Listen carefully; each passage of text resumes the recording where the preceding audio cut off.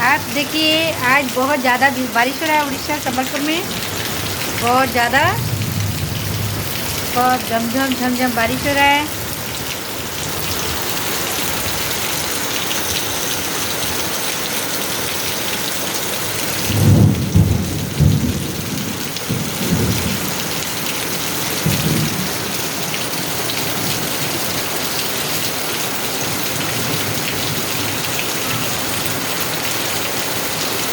पेड़ पौधे खिल उठा है।